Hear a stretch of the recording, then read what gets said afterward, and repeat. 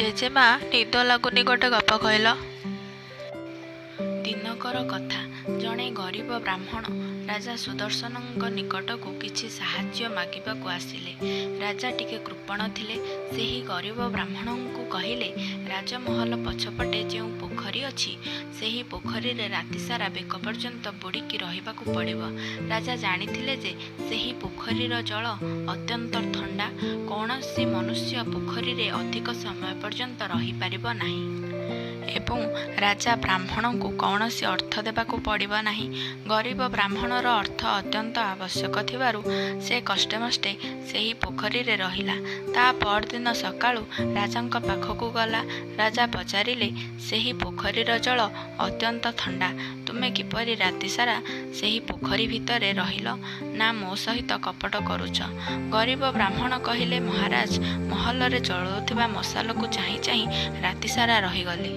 ରାଜାଙ୍କୁ ମଧ୍ୟ ଅର୍ଥ ନ ଦେବା ପାଇଁ ବାହାନା ମିଳିଗଲା।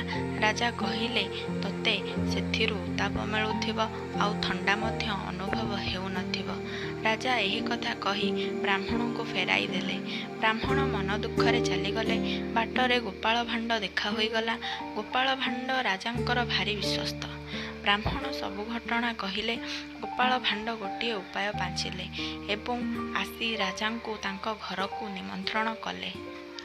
ତା ପରଦିନ ରାଜା ଗୋପାଳ ଭାଣ୍ଡ ଘରକୁ ଯାଇ ଦେଖନ୍ତି ତ ଚୁଲି ତଳେ ଜଳୁଛି ଆଉ ଭାତ ହାଣ୍ଡି ଶିକା ଉପରେ ବନ୍ଧା ହୋଇଛି।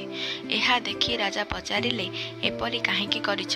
ଉତ୍ତାପ ତ ଏତେ ବାଟ ପହଞ୍ଚି ପାରୁନାହିଁ। ରୋଷେଇ କେତେବେଳେ ସରିବ ଆଉ ଆମ୍ଭଙ୍କୁ କେତେବେଳେ ଖାଇବାକୁ ଦେବ? ଏହା ଶୁଣି ଗୋପାଳ ହସିବାକୁ ଲାଗିଲା ଓ କହିଲା, ବ୍ୟସ୍ତ ହୁଅ ନାହିଁ ମହାରାଜ, ରୋଷେଇ ହୋଇଯିବ। ରାଜା ପଚାରିଲେ, କିନ୍ତୁ କେମିତି? ଗୋପାଳ କହିଲା, ଯେପରି ସେ ଗରିବ ବ୍ରାହ୍ମଣ ଆପଣଙ୍କ ରାଜମହଲରେ ଜଳୁଥିବା ମଶାଲରୁ ଉତ୍ତାପ ପାଉଥିଲା, ସେହିପରି।